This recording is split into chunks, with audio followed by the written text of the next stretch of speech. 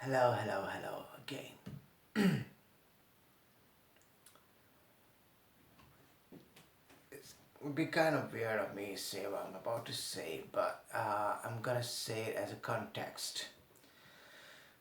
And, well, context, pretext, as an add on.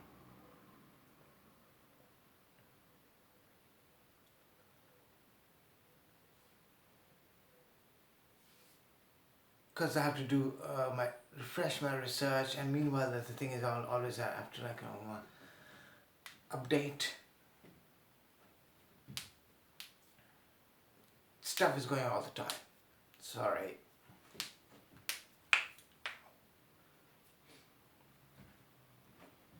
And I keep seeing all kinds of terms out there, official or not. And then I keep seeing people trying to understand those things. And meanwhile, confusing things.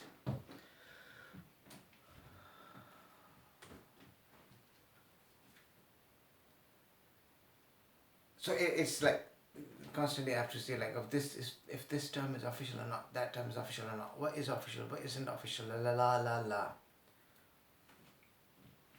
No, it's not for anyone else. That's the thing. People can come with all kind of things all the time, la. As I said, some people refer to Asperger's as Asperger's, Asperger, la.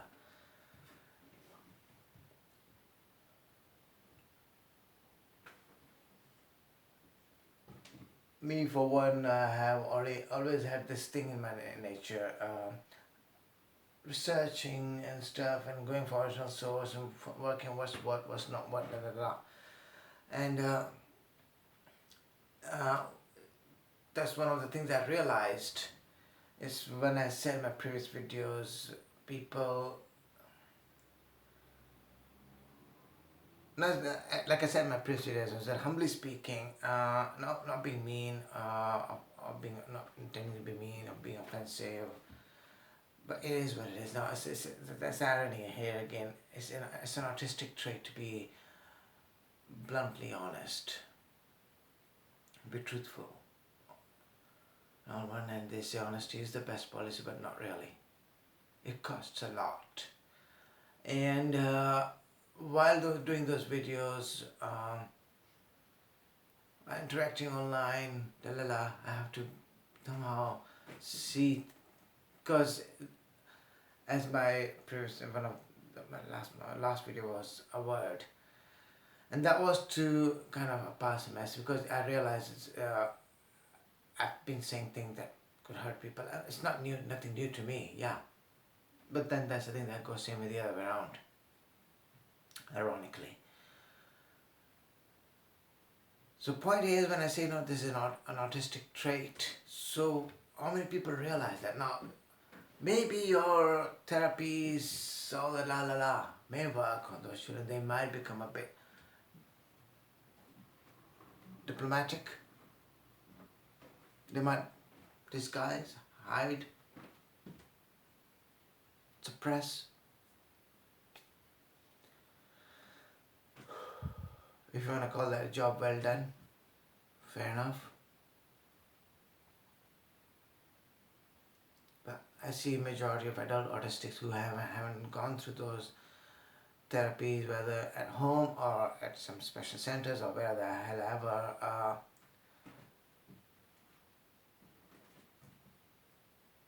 They struggle with that. They struggle with being diplomatic. People are, it's like, they're not ready to take those things yet. So one of the things that make autistics a bit socially awkward, or so-called antisocial, all those challenges, they are by default. They are part of the system. Now I disguise it. I could say I disguise it at times. I mask it for the sakes. I can only do it for too long.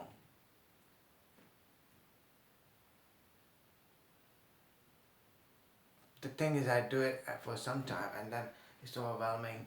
That's where it leads to anxiety triggers and attacks and meltdowns.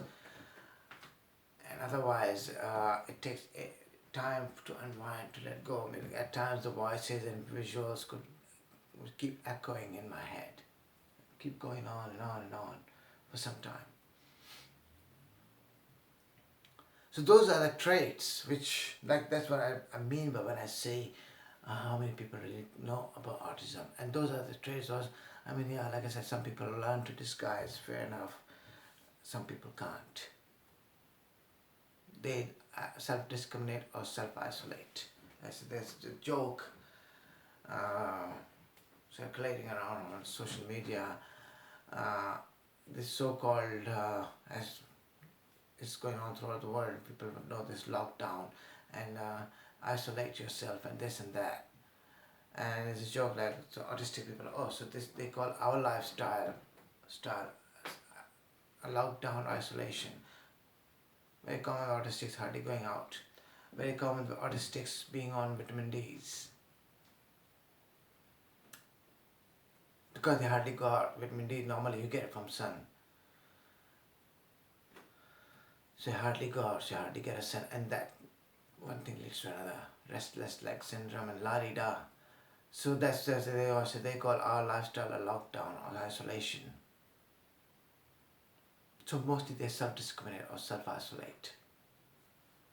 They live their own lives, their own world. They don't integrate, no matter as much as they want to, as was portrayed in The Accountant, the film. Even if I want to, I can't socialize.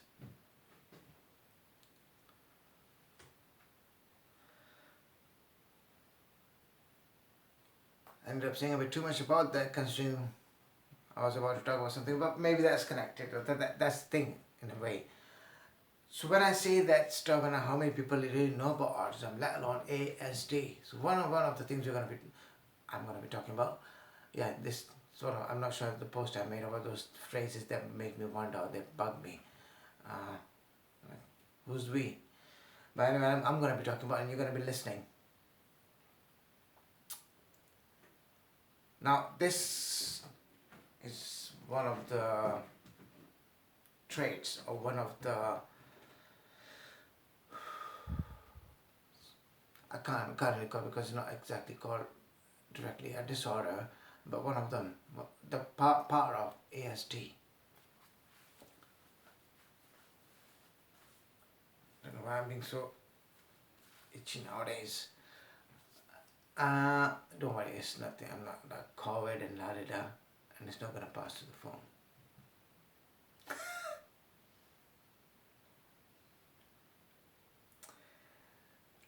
The thing is, what I'm going to be talking about is, the thing itself isn't exactly what they refer to as DSM, the stuff that's the men were diagnosed.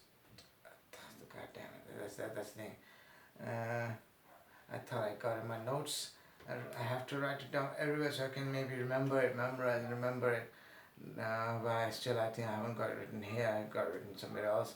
And since it's not written here, again, DSM, Diagnostic Statistician. Thank you very much. Anyway, the manual that sets the standards. It's about mental disorders, mental conditions, which is followed roughly internationally, but there's this kind of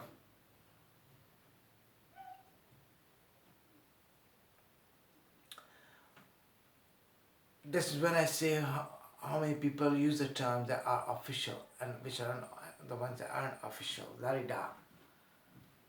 So when I talk about these things, I'm kind of trying to put them both together. So not what I'm using is official, and then I try to say unofficial or layman words, so maybe you can understand. You can understand the terms, you can understand their symptoms and signs, and you can understand what they mean officially, how they refer to it. So what I'm going to be talking about today is not exactly known by it's actually you're going to be finding out. It's not exactly recognized by DSM.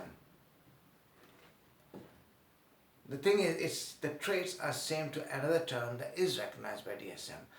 The one I'm going to be talking about is PDA. And no, it's not the one, I'm sorry to ruin your excitement. It's not public display of affection. Pathological demand avoidance. In layman's word, defiance.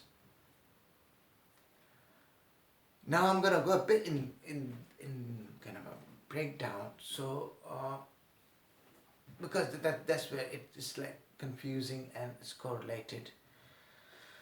Because I try to check out exactly what pathological means. And pathological as it is is something that relates to pathology, and but the pathology is a study of causes and effects of disease or injury. Study of the causes and effects of disease or injury. Extreme in a way that is not normal and that shows an illness or mental problem. Okay, I couldn't, but that's the thing. I could relate with the second one. Because to say so, I have this thing. But when I worked on the first line, cause of disease or injury. Injury, define injury. Mental or physical. Because we are talking about mental. Now I'm going to be talking about this, but I'm going to be talking about, so this is to be continued with the next video. Now the problem is a proposed subtype of ASD.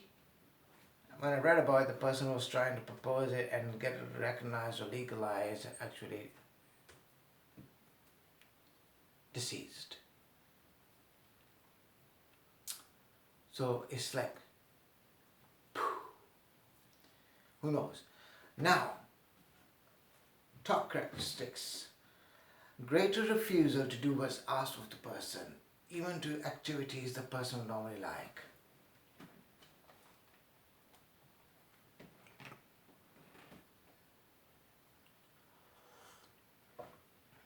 If I were to be a bit funny and weird here, it brings back so many memories.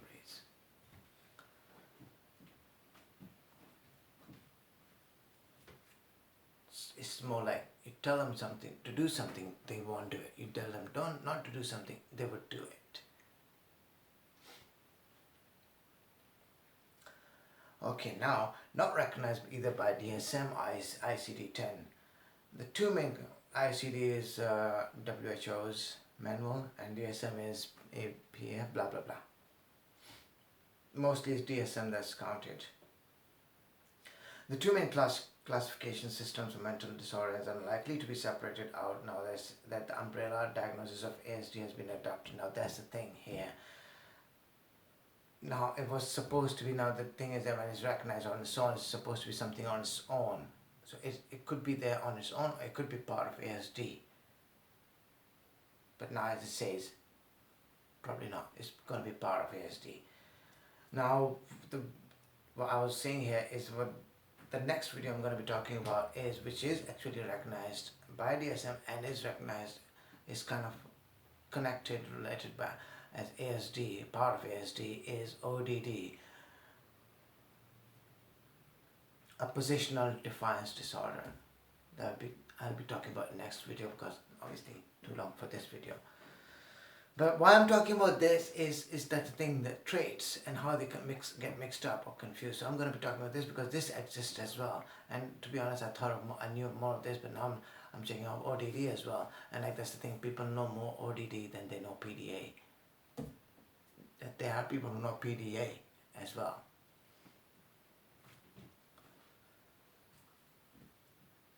In 2011, it was suggested that these symptoms could represent the condition Oppositional Defiant Disorder, ODD.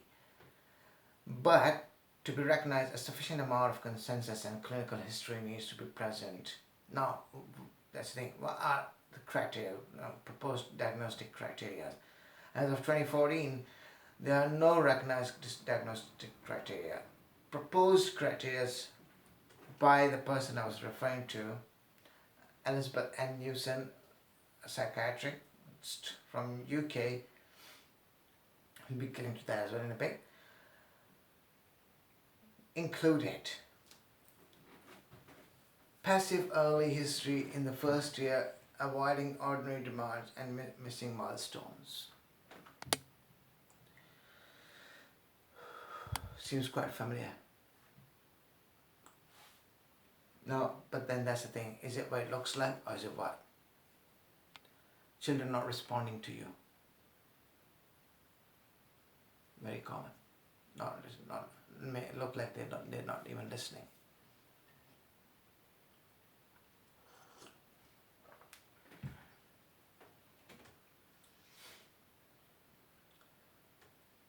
Avoiding urgent demands and missing milestones. I'm not sure. Here the thing is the milestones regarding the time they start walking, then they start talking. Do they do it in their own way? And their own way is how their system tells them. Now there's this thing I heard about somewhere else. In my case, I don't tell my system what to do. My system tells me what to do. Is to say so. It's a common system, nervous system. That's why it's called nervous system. It runs the whole system. This is where even like your breathing is controlled by the nervous system.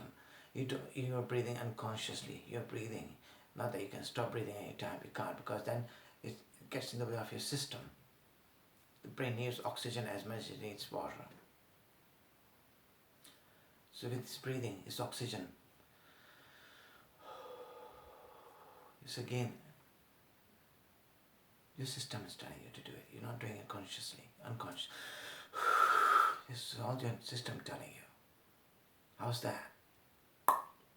But that's the thing.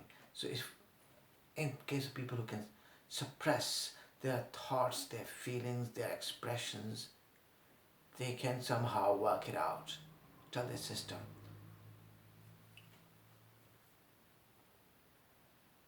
Modify it somehow. And that's again the mind. This is brain, this is mind. So they can modify it. That's the thing. It took me time to work things out. As I said in that post, those phrases people used to use, and I would get triggered by them, and especially use too much. Things too much. With time I realized, oh, so that's not what it looks like. That's not what it means. They're just used to saying that.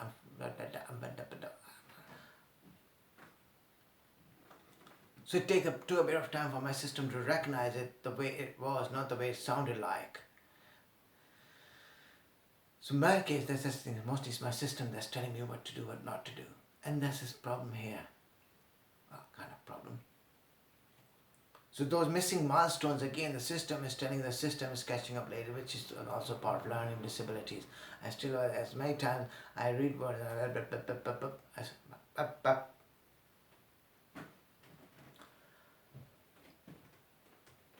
continuing to avoid demands, panic attacks if demands are escalated, very common thing.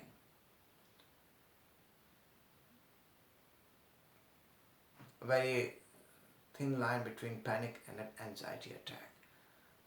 But very thin line. It panics you because you're anxious. Okay, what's going to be the next? How many times the person is going to say that?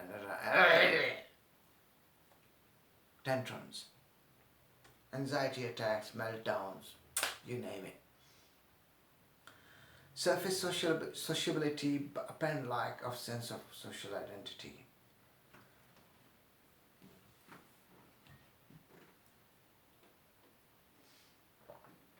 A common trait in autistics is of, as they say, disguising in social life. Some can, most can't. So surface sociabilities. On the surface you're trying or pretending or making it look like you're social. And sometimes you don't respond.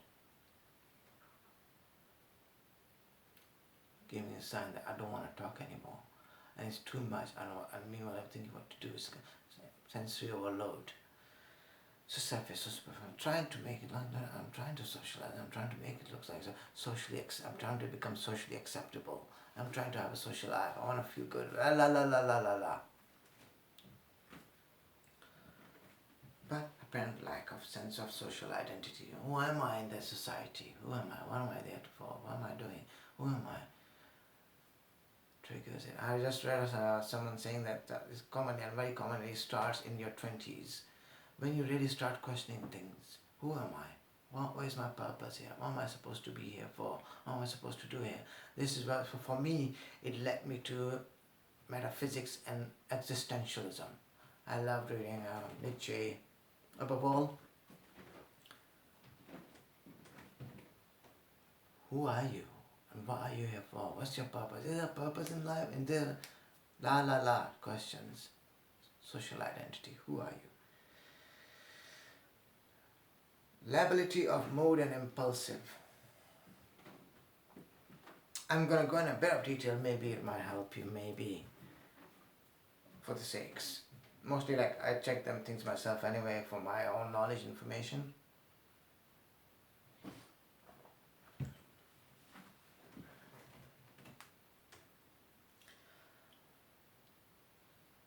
What is lability? Emotional lability refers to rapid, often exaggerated changes in mood, with strong emotions or feelings, as in uncontrollable laughing or crying or heightened irritability or temper, occurs. Common. At times common, very common. At times common, not very common. You can't see it, but if you know it, you can sense it. As a person, I'm not sure I've been able to portray it. I was thinking of finding some videos I can to portray how an autistic system works, how we process. So I can sense your voice. I can sense what's going on in your voice. Your voice tells things. Your facial expressions tells things. Your eyes tell things. Your body language tells things. So for autistic, there's a problem with the eye contact, because your eye contact, when you make the eye contact, but they don't say exactly what your body is saying. Your face expression is telling, your voice. So that's the thing. If you know how to sense those things, you can sense that the person is having, there's something going on there. The person is trying to conceal it, hide it, suppress it. It could be men, could be women. Like, what's going on? That can make you feel vulnerable, insecure. What are you talking about? Oh, no. I've explained that many times.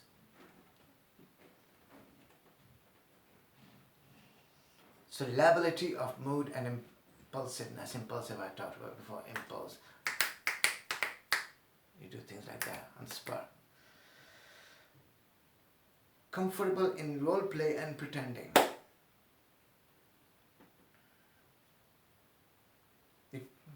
Role play could be playing a mother, sister, brother, and hiding who you are exactly as a person. Disguise. Language delay, seemingly the result of passivity, often caught up quickly.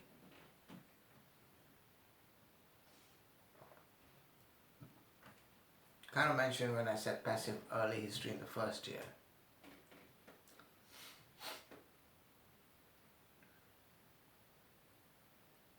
Obsessive behavior.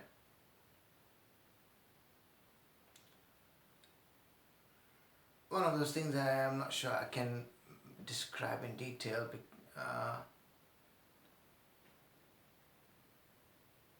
because there's a thin line and there could be a lot of misinterpretation that could take place. Because I just saw something, there was this thing, somewhere I saw some person talking about special interests, and that some other person tried to correct it. The special interest is for non-autistics, but then that's the thing, that term is more common in autistics. For an autistic, they say we have passions. I could relate with that. I used that word before, when I knew anything about autism. So again, obsessive behavior, it varies and it's person to person. Neurological signs, awkwardness, similar to ASD.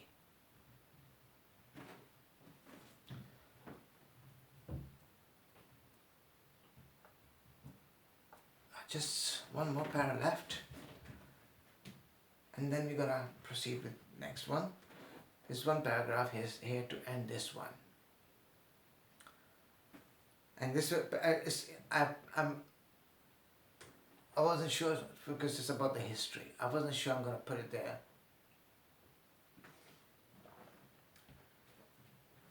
When I read it for the first time, but then I reread it to really grasp it. And no, there's something there.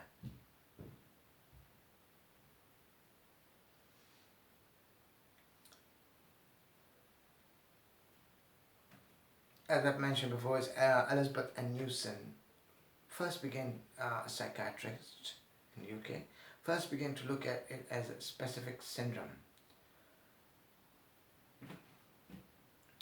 And it was in the 80s when certain children referred to that there's a place called Child Development Clinic appear to display many of the same characteristics. So, okay, you see patterns. It's not isolated, it's catching up, piling up. These children had often been referred to because they seemed to show many autistic traits but were not typical in their presentation like those with classical autism or Asperger's syndrome. Something else is there.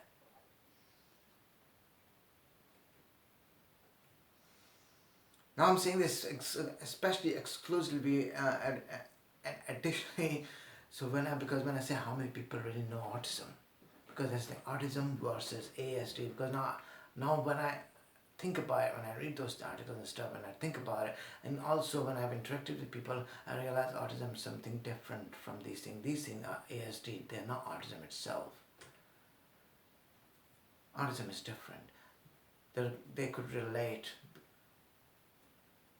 A thunder is not a rain. And a rain isn't a thunder. A rain isn't a storm. A storm isn't rain. A flood isn't a storm. That's the difference.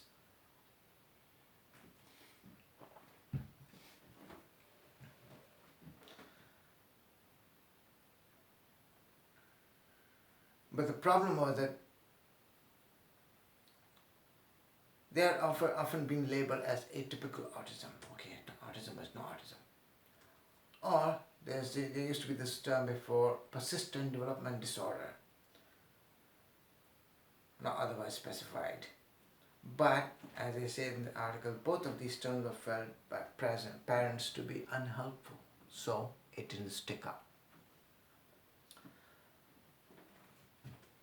So now, having said all this, I did this on purpose. I thought I'm going to talk about this, and then I'm going to go to the one that is more commonly known and is recognized. So I thought to do this additionally and exclusively as a context, because this exists. It's like PDA is there, it's just not official yet.